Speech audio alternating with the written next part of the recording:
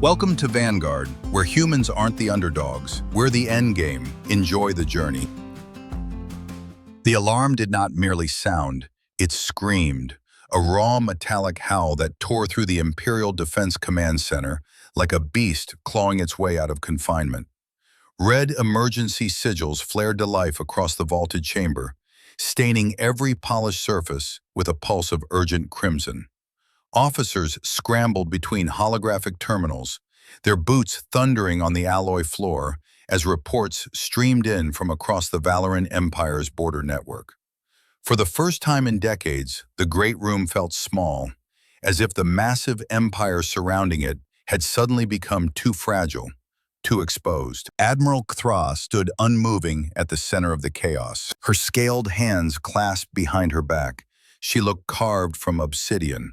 Cold, sharp, unshakable. 60 cycles of service had forged her into one of the most feared and respected military minds in Valoran history. She had survived wars against plasma-blooded beasts, rebellions that swallowed entire sectors, and cosmic anomalies that devoured fleets without leaving wreckage behind.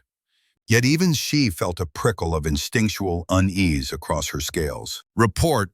Her voice cut through the uproar like a blade drawn in a quiet room. Lieutenant Vosal spun from his console. His normally green complexion looked washed out, pale.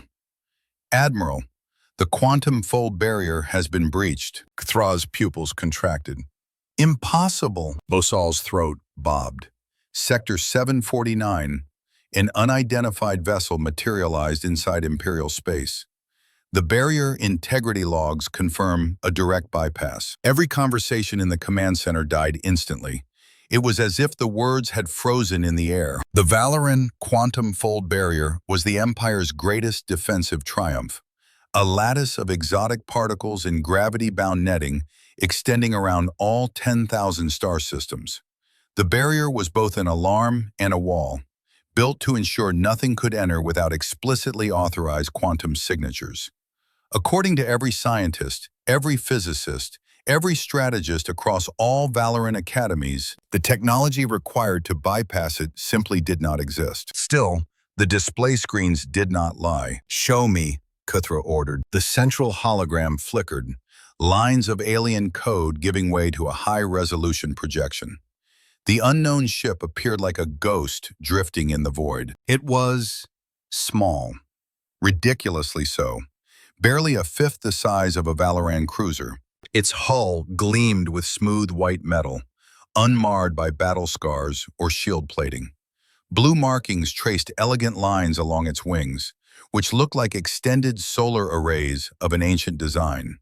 Chemical propulsion jets, actual chemical engines, were mounted at the rear, trailing harmless particulate vapor. It looked less like a starship and more like a museum relic. Primitive, harmless, meaningless, but it had crossed the quantum barrier. Kthra's eyes narrowed. "Have we identified a species?" "No, Admiral. The pattern matches none of the 47 spacefaring civilizations in our archives. This vessel is completely novel." A rare silence filled Kthra's mind. Forceful, unwanted, uncertainty. She despised the feeling. Every enemy she had ever faced had been predictable. Pirates using stolen tech, separatists flying modified civilian freighters, rival nations with known military doctrines. Even the brutal Critian Dominion, barbaric as they were, fielded technology that Imperial analysts could understand, categorize, and counter. But this ship had arrived from nowhere, using a method no one believed was possible. Built from materials the Empire could not identify, designed in a style no known civilization used. "Location?" she asked. "Stationary, holding position near Hesperus 7 mining colony. No offensive actions detected, no attempted movement at all, as if it's waiting." "Have we attempted communication?" Vosal nodded. "All standard frequencies, all languages, mathematical sequences, universal peace patterns, even pictograph pings." "And?" No response. Kthra inhaled slowly. A ship that appeared behind their defenses without explanation. A crew that refused to answer. Technology beyond all known catalogs. Energy readings that shifted like a living organism. Dispatch 3 heavy cruisers. Formation Delta. Weapons ready but uncharged. I want the ship captured intact. Disable only if absolutely necessary. Yes, Admiral. A moment later, the command center's roof displays shifted to a tactical overview. 3 colossal Valoran cruisers, each one a jewel of Imperial engineering, broke formation from the nearest defense station.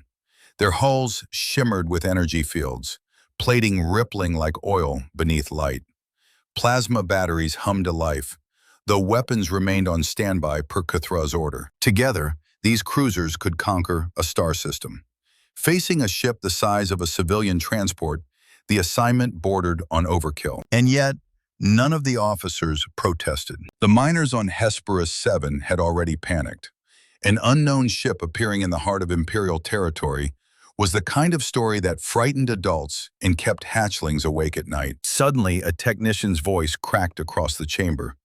Admiral, unusual energy signature detected. Cathra strode to the console. The readings made no sense. The ship's power fluctuated in patterns no Valoran scientist had ever seen. Not antimatter, not fusion, not plasma, not fission, not anything. It pulsed. It breathed. Could it be a weapon? She asked. Unknown. Our scanners can't penetrate the hull. Material composition is unreadable. Completely opaque to all known spectrographic analysis. Cathra's claws tightened. That is impossible, the technician swallowed. And yet, it is happening, Admiral. The cruisers reached position.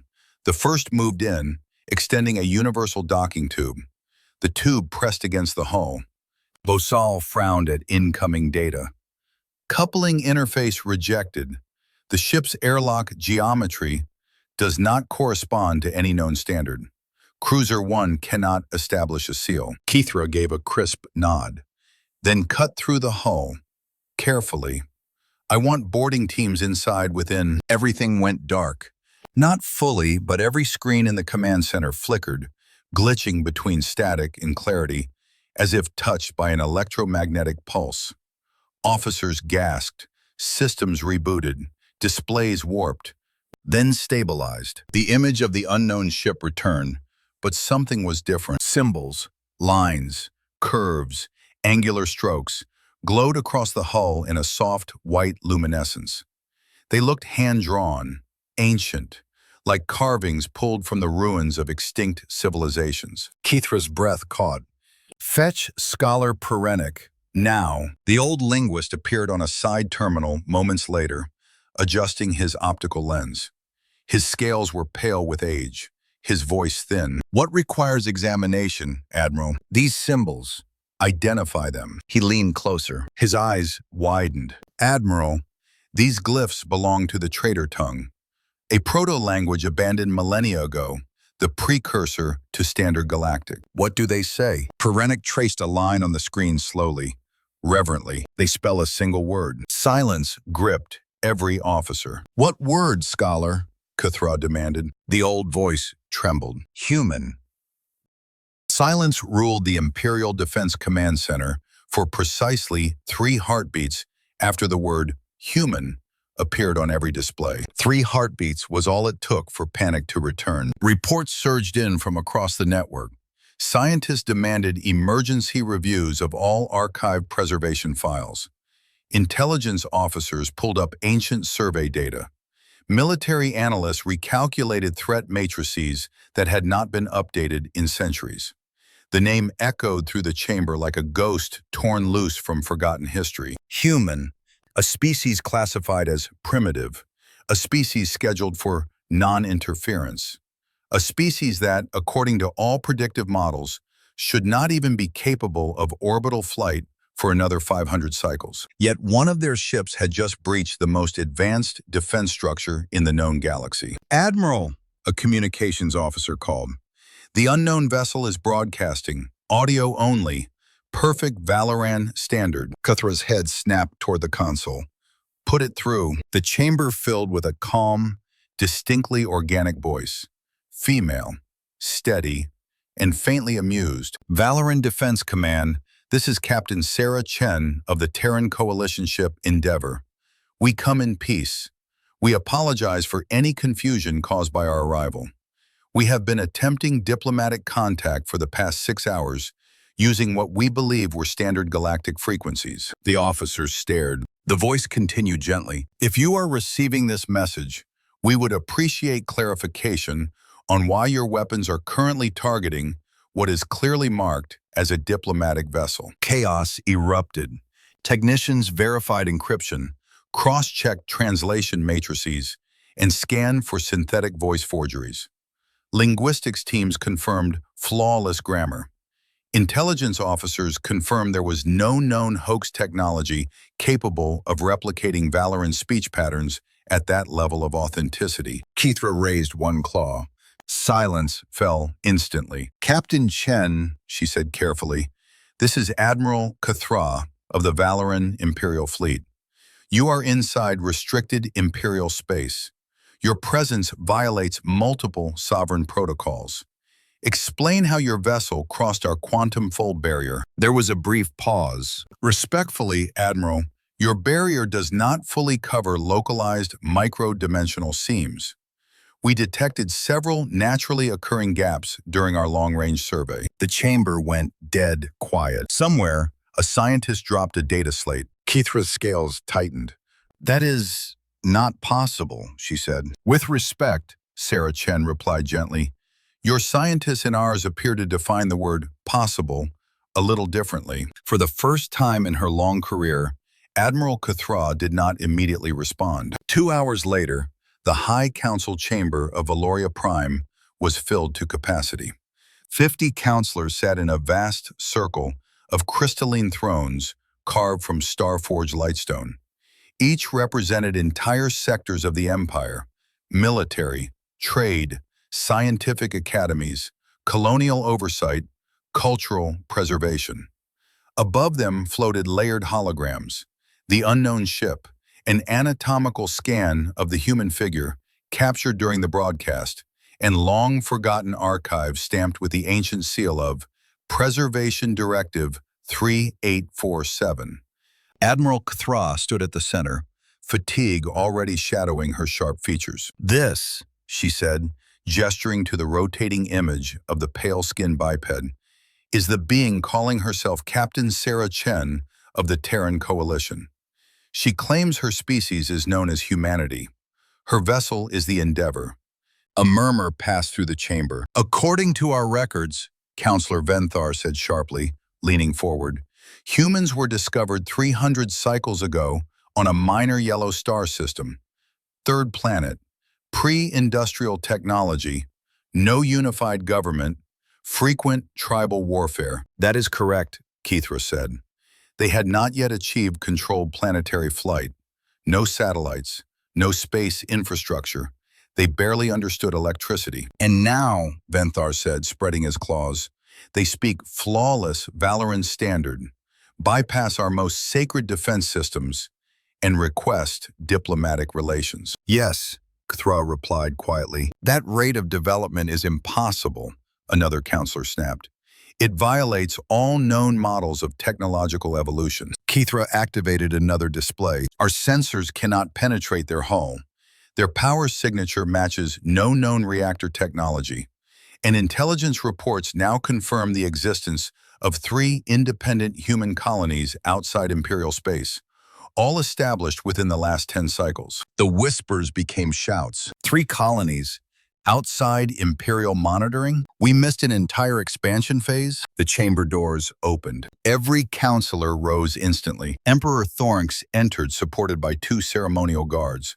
His silver faded scales shimmered under the prismatic light as he took his throne. For a moment, he studied the rotating image of the human ship in silence. Then he spoke. Bring the human to me. Captain Sarah Chen stood alone in the center of the High Council chamber 2 days later. She was small by Valoran standards, fragile almost. No natural armor, no bioplating, no claws, just smooth skin, dark hair tied neatly behind her head, in a simple uniform marked only by a blue and green planetary insignia. No guards, no weapons, no fear. Emperor Thorns regarded her with ancient eyes. Captain Chen, you stand in the heart of an empire that commands 10,000 star systems. You crossed our defenses without permission and shocked our entire civilization. Why? Sarah bowed slightly. Because your survey beacon taught us your language, your history, and your values. And because we believe your empire would prefer a greeting over an incident. A greeting, Venthar scoffed. Sarah turned to him calmly. Counselor, humanity learned long ago that surprise can either be a gift or a weapon. We chose the gift. Scholar Perenic leaned forward eagerly. You learned valor and language in less than a decade. How? Sarah hesitated only a moment. Neural enhancement nanotechnology. We use controlled nanites to accelerate memory formation and pattern recognition. The process is safe and reversible. Gasps rippled through the chamber. Brain modification is considered dangerously unstable, a Valoran scientist protested. It was for us too, Sarah said simply. We learned from the failures. Emperor Thorms leaned forward. Captain Chen, answer me one question honestly. How did your species advance from pre-industrial to interstellar in only 300 cycles? Sarah's expression softened. Because we almost destroyed ourselves. The chamber stilled. She continued quietly. We fought global wars. We created weapons that could erase entire cities in moments. We poisoned our skies and oceans. We stood on the edge of extinction more than once. Space exploration became the one goal every nation could agree on, because it was the only future where humanity survived itself. Admiral Kthra felt a strange tension in her chest. You unified your entire species for space, the Emperor said slowly. Yes, Sarah replied. And once we did, we never stopped accelerating. Before the Council could respond, alarms sounded across Valoria Prime. A tactical officer rushed forward. Your Majesty, urgent transmission from the human colony designated New Horizon. The Cridian Dominion has launched a full assault. Every head turned. Sarah's calm expression hardened into something cold and precise. How long ago? She asked. 4 hours. Sarah tapped a device on her wrist and spoke rapidly in her native tongue. When she looked back up, her eyes burned with quiet fury. Your Majesty, I must return to my ship immediately. Before anyone could reply, she added calmly, the Cridians have made a catastrophic mistake. The Cridian battle fleet arrived at the edge of the New Horizon system with absolute confidence. Commander Zalrex stood on the bridge of his flagship, the Crimson Talon, his crimson-plated armor reflecting the pale light of the distant star. Below him, officers moved with mechanical precision, executing long-rehearsed invasion protocols. On the main display, the human colony drifted into view. It looked insignificant. A small, rocky moon, a few orbital platforms, scattered surface domes, mining rigs, agricultural modules, no planetary shields, no visible defense fleet. Zalrex bared his fangs in satisfaction. Pathetic, he said. These humans build toys and call it civilization. The Cridian Dominion had conquered 17 species across 3 sectors. Their doctrine was simple. Strength ruled all. When intelligence reports confirmed that humans, newcomers barely recognized by the major powers, had dared to establish colonies near Cridian borders, the decision to crush them was unanimous. New Horizon would be an example. Open fire on orbital targets, Zalrex commanded. Erase their presence from space. Plasma lances erupted from the Cridian fleet, burning through the void with blinding brilliance. The first human orbital station vanished in a bloom of molten light. The second attempted evasive maneuvering, but its outdated thrusters were no match for Cridian targeting arrays. It shattered under sustained fire. The third activated shields. They failed in 6 seconds. Orbital defenses eliminated, a tactical officer reported. No resistance detected. Zalrex laughed. Of course not. Prepare landing forces. I want this moon secured within the hour. 10 transports detached from the fleet, each carrying 200 Cridian shock troopers. Heavily armored, plasma-armed, veterans of dozens of planetary subjugations. The humans, Zaurex thought, would break like soft clay. The transports descended through New Horizons' thin atmosphere in tight formation. The landing zone was a wide central plaza near the largest habitation dome. Sensors confirmed no visible population movement, no fleeing civilians, no surface weapon emplacements, no hostile activity. The transports touched down, ramps lowered. Krydian soldiers poured out in perfect tactical formation, weapons raised, targeting reticles sweeping every doorway, every corridor, every rooftop. The plaza was empty. "Where are the humans?" one soldier growled. The answer came as fire. The transport nearest the eastern dome exploded in a towering column of flame. The second detonated a heartbeat later, then the third. Within 10 seconds, all 10 transports were burning wreckage. Screams filled the comm channels. "Ambush! Ambush!" Gunfire erupted from all directions. Not plasma, bullets. Primitive kinetic weapons, supposedly incapable of penetrating Krydian battle armor. But the soldiers began falling anyway. Rounds punched through joint seals, through neck rings, through visor slits, through flexible armor seams that no Krydian had ever believed vulnerable. Krydian plasma rifles answered in brutal volleys, tearing apart buildings, collapsing walls, melting entire sections of the plaza into glass. But there were no clear targets. The humans were invisible. They fired, then vanished. Shots came from rooftops, from shattered windows, from underground service tunnels, from behind barricades built into the environment so precisely they might as well have been part of the original colony design. "They know the terrain," an officer shouted. "They built it," another replied in horror. Krydian doctrine was built on intimidation and overwhelming firepower. It assumed the enemy would break under the first shock. The humans did not break. They moved. Fire teams shifted positions between shots. Every human appeared, fired once or twice with deadly precision, and disappeared again before return fire could find them. No wasted motion, no panic, no hesitation. These were not settlers. These were soldiers. On the far edge of the plaza, a group of humans stepped out from behind a collapsed structure. At their center walked a man with gray hair, weathered features, and scars that told stories no uniform ever could. His rifle was old. His posture was not. "I am Colonel Marcus Webb," he said in flawless Krydian, "former United Earth Defense Forces, current governor of New Horizon." His voice carried across the battlefield with calm authority. "You have attacked a civilian settlement in violation of galactic law. Surrender your weapons. You will be treated as prisoners of war. Continue to resist, and you will be eliminated." Krydian soldiers laughed through snarled comms. "Surrender to primitives?" a commander snarled.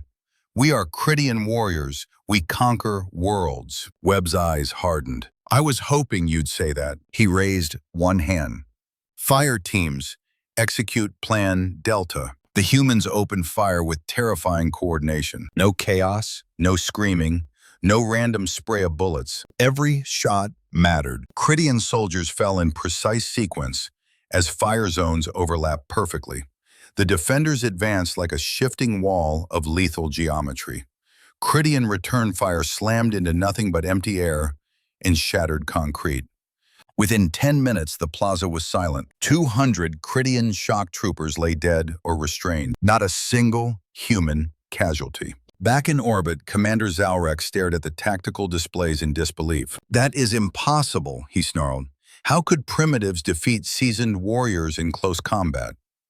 A tremor passed through his fleet. "Commander," an officer said hesitantly, "we are receiving a transmission from the surface." Zaurex snarled, "Put it through." Colonel Webb appeared on the screen, standing amid captured Krydian soldiers, bound and kneeling behind him. "Commander Zaurex," Webb said calmly, "let me explain something about humans." Zaurex bared his teeth.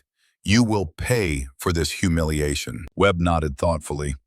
"Maybe, but not today." He leaned slightly forward. "We have been fighting wars for 10,000 years. In jungles, in deserts, in mountains, in cities just like this one. We have perfected the art of killing each other and the discipline to stop when the job is done. Zalrex's fists tightened. Many of the colonists you tried to slaughter today are veterans, Webb continued. They survived Earth's worst wars. You didn't attack miners. He smiled coldly. You attacked survivors, Zalrex roared. I have 12 warships. I will burn your colony to ash from orbit. You could try, Webb replied, but 4 hours ago we sent a distress signal. The Terran coalition takes attacks on civilians very seriously. Zalrex froze. You have maybe 12 hours, Webb added calmly, before our fleet arrives. The transmission cut. From the far edge of the system, space folded. 47 Terran warships emerged from faster-than-light travel in silent unison. Space did not simply open. It tore. Across the outer boundary of the New Horizon system, reality twisted into jagged spirals of distorted light. Sensors aboard the Crimson Talon shrieked warnings as gravitational fields spiked beyond safe computational limits. For a fraction of a second, the stars themselves seemed to stretch like molten glass. Then the Terran fleet emerged. 47 warships slipped out of folded space in perfect synchronization. Silent, precise, impossibly orderly. Their hulls were dark gray, layered with angular armor plating that bent incoming light into strange, shifting patterns. White Terran markings glowed faintly along their flanks, like frozen lightning. They did not charge. They did not threaten. They simply arrived and held position. Commander Zalrex felt his confidence fracture. Confirmed contacts, he growled. Confirmed, his sensor officer whispered. 47 vessels. Unknown classification. Unknown weapon arrays. Unknown shield type. Our scanners cannot penetrate their hull geometry. Zalrex's mandibles tightened. Open a channel. A familiar human face appeared on his display. Captain Sarah Chen.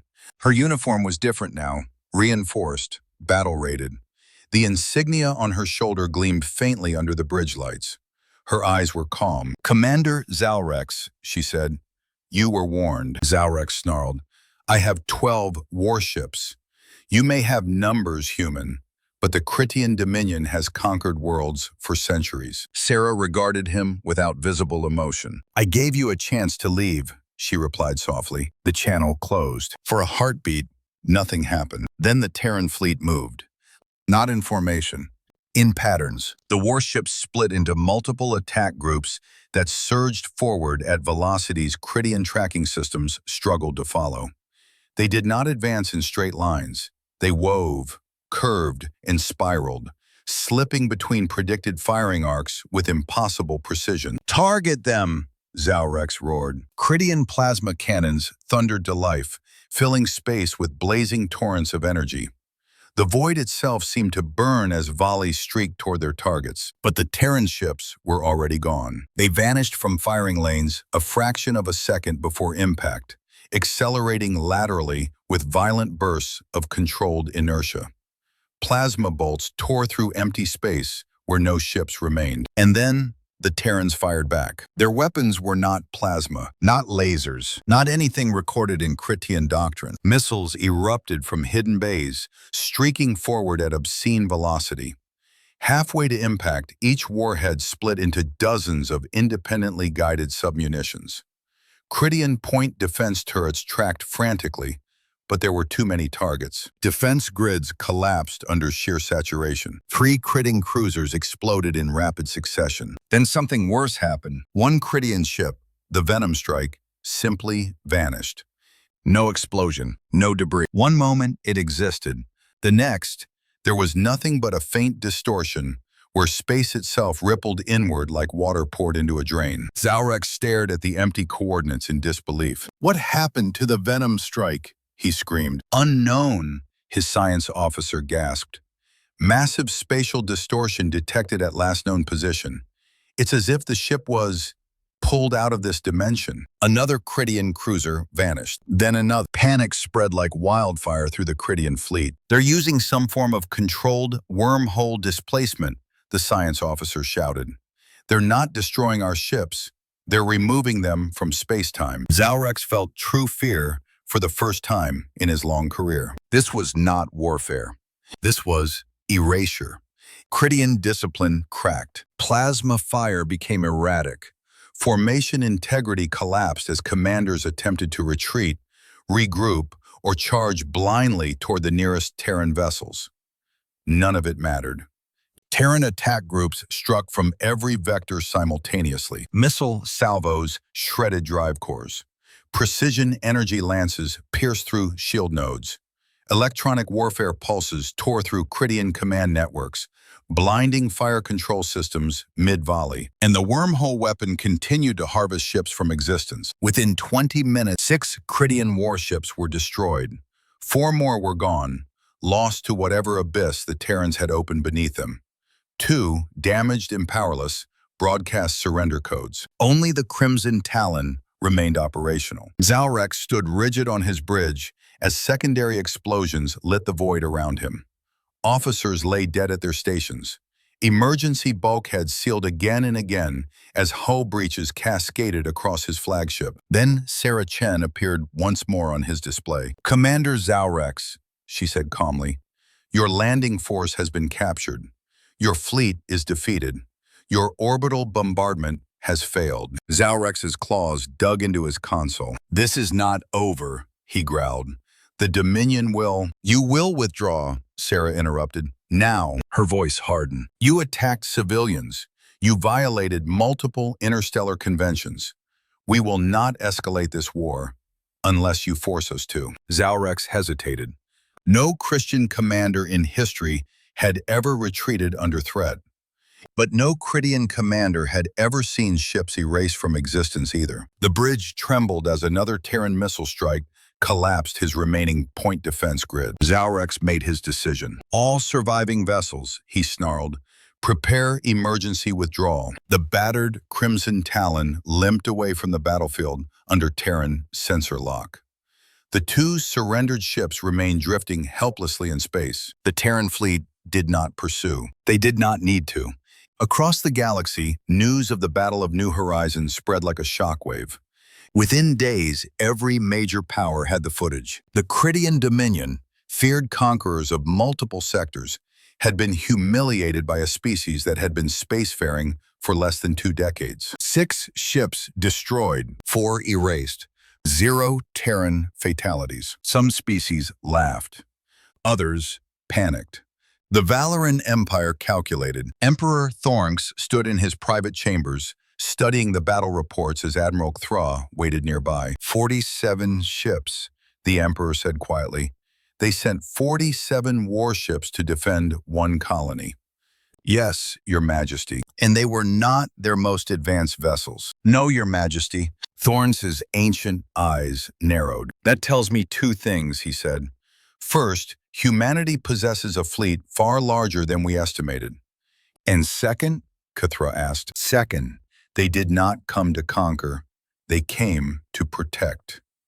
Cathra nodded slowly. "And a civilization that deploys that kind of power for protection rather than expansion," the Emperor continued, "is one the galaxy must take very seriously." A chime echoed through the chamber. "Your Majesty," the Chamberlain said, bowing, "Captain Sarah Chen has returned to Valoria Prime.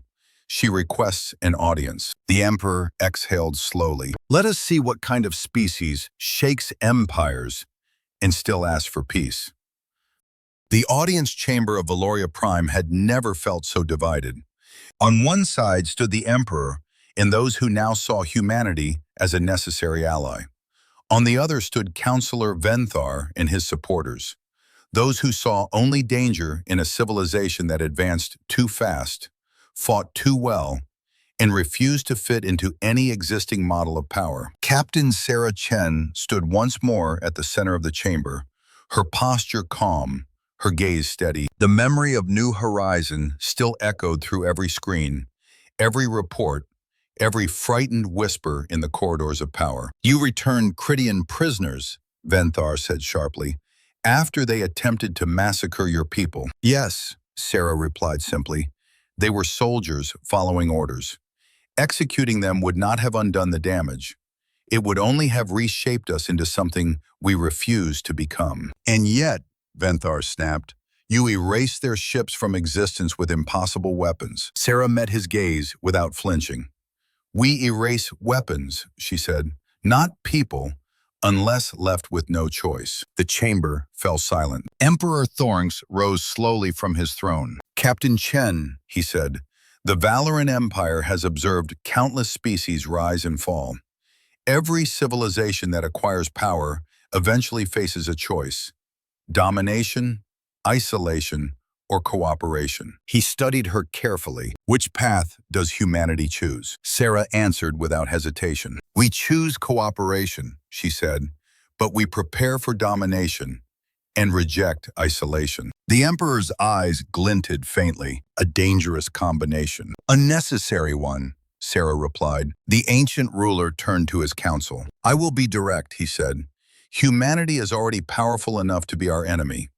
The only question that remains is whether they will be our enemy or our ally. Venthar stood abruptly. This is madness. They have been in space for 15 years. 15! Their growth curve is not natural. It is a threat to galactic stability. Stability is often just another word for stagnation, Scholar Perenich said quietly. Venthar whirled on him.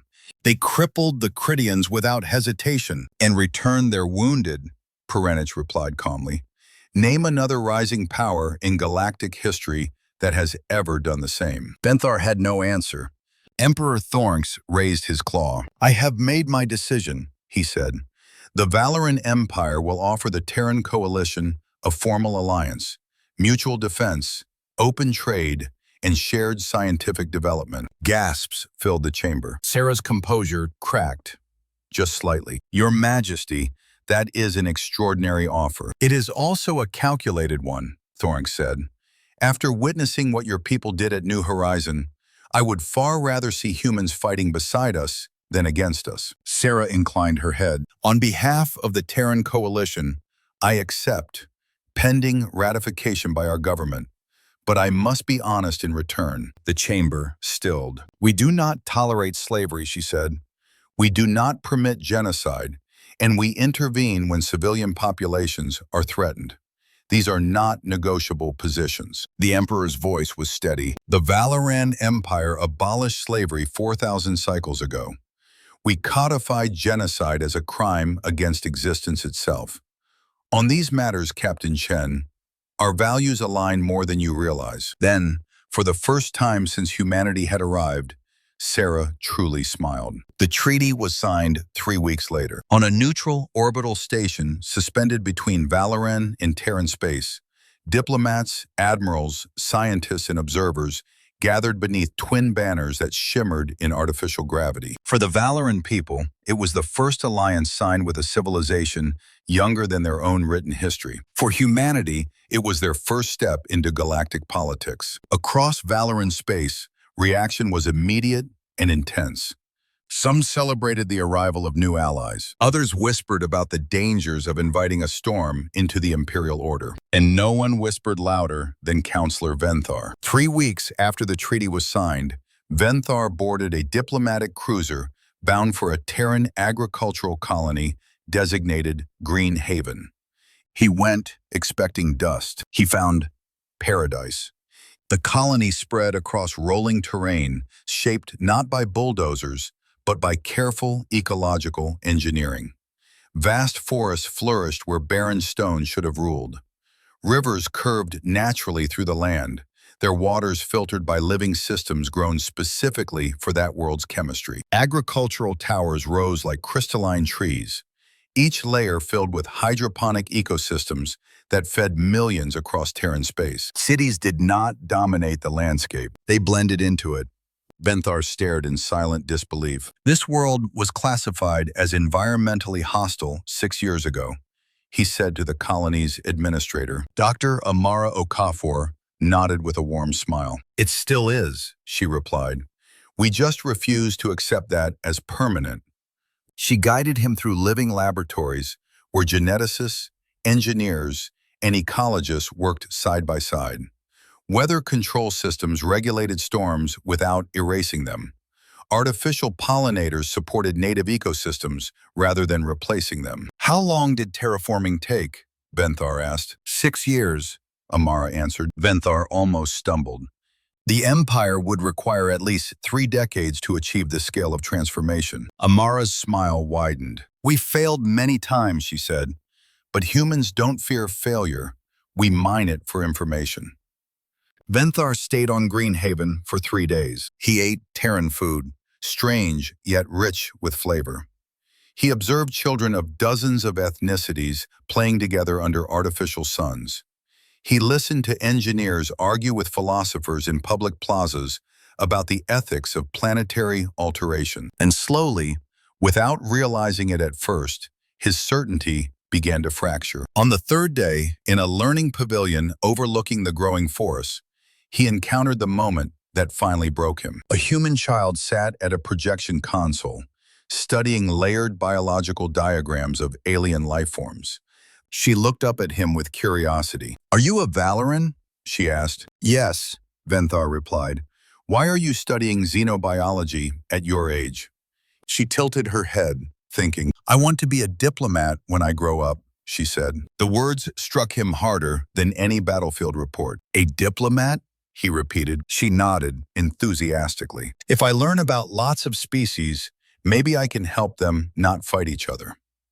Venthar stared at the child in silence. An 8-cycle-old human dreamed not of conquest, but of peace. When Venthar returned to Valoria Prime, he requested a private audience with Emperor Thornx. The ancient ruler listened as the once aggressive counselor bowed deeply. "Your Majesty," Venthar said quietly, "I was wrong." The Emperor said nothing. "Humans are not a threat to be contained," Venthar continued. "They are a force to be understood. Their violence is not what defines them. It is their refusal to surrender to despair." He told Thornx about Greenhaven, about the forests, about the failed experiments, about the child who dreamed of diplomacy. When he finished, the Emperor's ancient eyes softened. "The galaxy has known power for millions of cycles," Thornx said gently, "but it has not known much hope." He rose from his throne. Perhaps that is what humanity truly brings. Yet beyond the borders of the Alliance, hope was not welcomed. In the shadowed halls of the Cridian capital, military leaders gathered beneath banners torn and reforged. Supreme Commander Kurlex rose to address the War Council. "The humans humiliated us," he said coldly. "They made the Dominion look weak before the entire galaxy. This cannot stand." A massive star map flared to life. At a place called the Divide, trade routes converge. Control it, and the Alliance bleeds. His mandibles tightened. "They believe peace has been won. We will teach them how wrong they are." The Divide was not a world. It was a wound in the galaxy. 3 massive jump gates hovered in a gravitational knot between Cridian and Valoran space, linking dozens of major trade arteries across 4 quadrants. Whoever controlled the Divide controlled the movement of fleets, resources, and entire economies.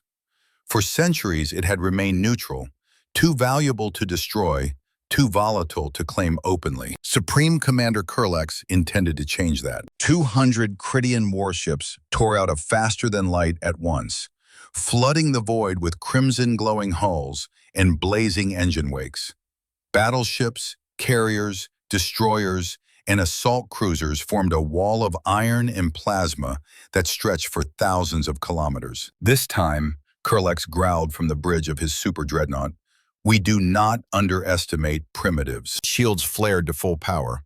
Fighters launched in endless swarms, targeting arrays locked onto every possible emergence vector. Then space bent again. Not violently, deliberately. 50 Valoran cruisers and 50 Terran warships emerged together in perfect synchronization. Not as 2 fleets, but as one interwoven formation. Valoran's shield arrays layered over Terran strike units like armored wings. Admiral Kthra commanded from the Valoran flagship Unbreakable Resolve. Captain Sarah Chen commanded from the Terran dread carrier TCS Defiance. They did not hesitate. "Cridian fleet detected," Kthra said calmly. 200 vessels. Sarah's voice came through the shared command channel. "Numbers noted. Began Phase 1. The Critians fired first. Plasma storms erupted across the void, thousands of lances converging in precise saturation patterns designed to overwhelm even Valorant shields. It was a tactic that had broken entire civilizations. The Alliance fleet scattered. Valorant's ships peeled left, shields flaring brighter than small stars. Terran vessels surged right at impossible acceleration, their inertial dampening laughing at physics. The plasma volleys hit nothing. Then the counterattack began. Valorant cruisers unleashed thunder. Heavy energy cannons slammed into advancing Critian battle groups, collapsing shields in brutal barrages. Ion lances crippled engines. Gravity wells tore formations apart. Entire Critian squadrons vanished beneath sustained Valorant firepower. But it was the Terrans who shattered doctrine. Human strike groups did not form lines. They formed problems. Missile swarms split into fractal attack clouds. Debris fields became cover. Asteroids became weapons. Terran ships darted through collapsing formations, carving holes in the Critian order faster than command could react. "They're not destroying us," a Critian officer shouted in panic. "They're dissecting us." Critian engines died mid-maneuver. Weapons grids shut down without warning. Command ships went dark without explosions. "They're targeting systems, not hulls," Kurlek snarled. "This is not honorable warfare." From the command channel, Sarah's voice echoed across the battlefield. "Honor does not protect civilians, Commander," she said. "Results do." Then the Defiance moved forward. The human flagship did not charge. Space curved around it. A localized gravity field bloomed outward like a lens of distorted reality. Incoming plasma bolts bent away from the ship's hull, arcing in impossible trajectories, many slamming directly into nearby Critian vessels instead. "What is that weapon?" Kurlex demanded. His science officer whispered in terror. "Localized space-time manipulation. They're bending gravity itself around their ship. Our weapons cannot reach them." The Defiance fired once. A beam of shimmering violet light punched through space. It did not explode.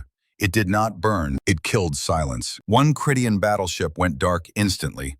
Engines dead, weapons offline, life support frozen in emergency stasis. "Neural disruptor," Sarah announced calmly. "Electronic death without biological loss." She fired again. Then again. Critian ships began drifting powerless across the battlefield. Intact, helpless, defeated. Korlex felt something crack in his chest. This was not annihilation. This was absolute control. "Focus all fire on the Defiance," Kurlex roared. 50 Critian ships pivoted in unison and unleashed a barrage that could have melted a moon. The Defiance did not move. Gravity folded.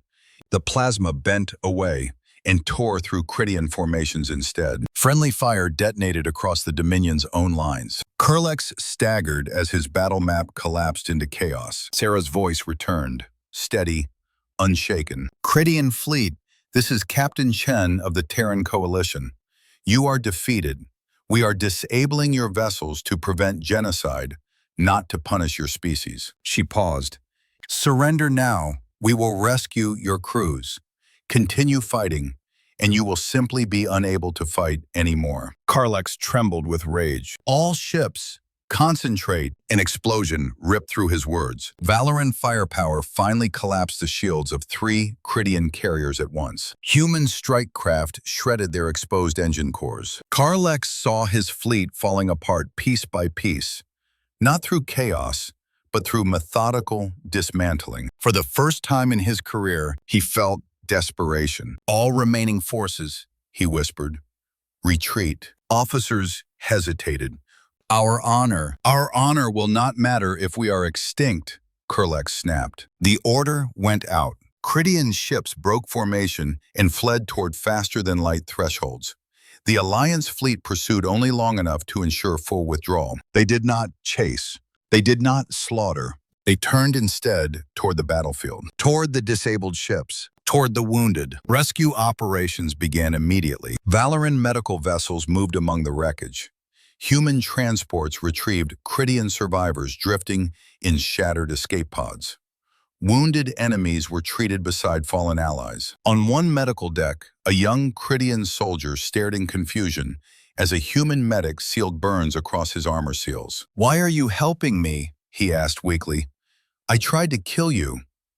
The human, a young woman with tired eyes and steady hands, smiled gently. "Because you're bleeding," she said, "and because war already took enough from you." The soldier wept. Across both civilizations, the Battle of the Divide changed everything.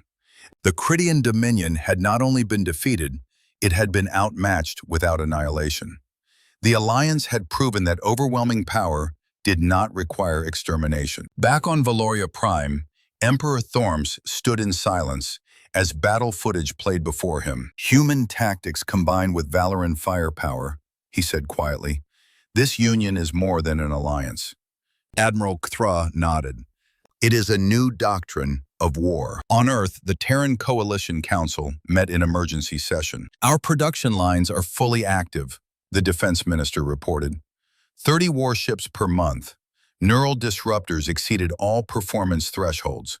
Gravity shields performed flawlessly. "What about casualties?" the Secretary General asked. "Zero fatalities, 12 injuries, non-critical." A stunned silence fell across the chamber. At last, the Secretary General spoke. "Then let the galaxy learn what we mean when we say we defend our people." Weeks later, Captain Sarah Chen stood again before Emperor Thornex. "The Cridians will rebuild," the Emperor said.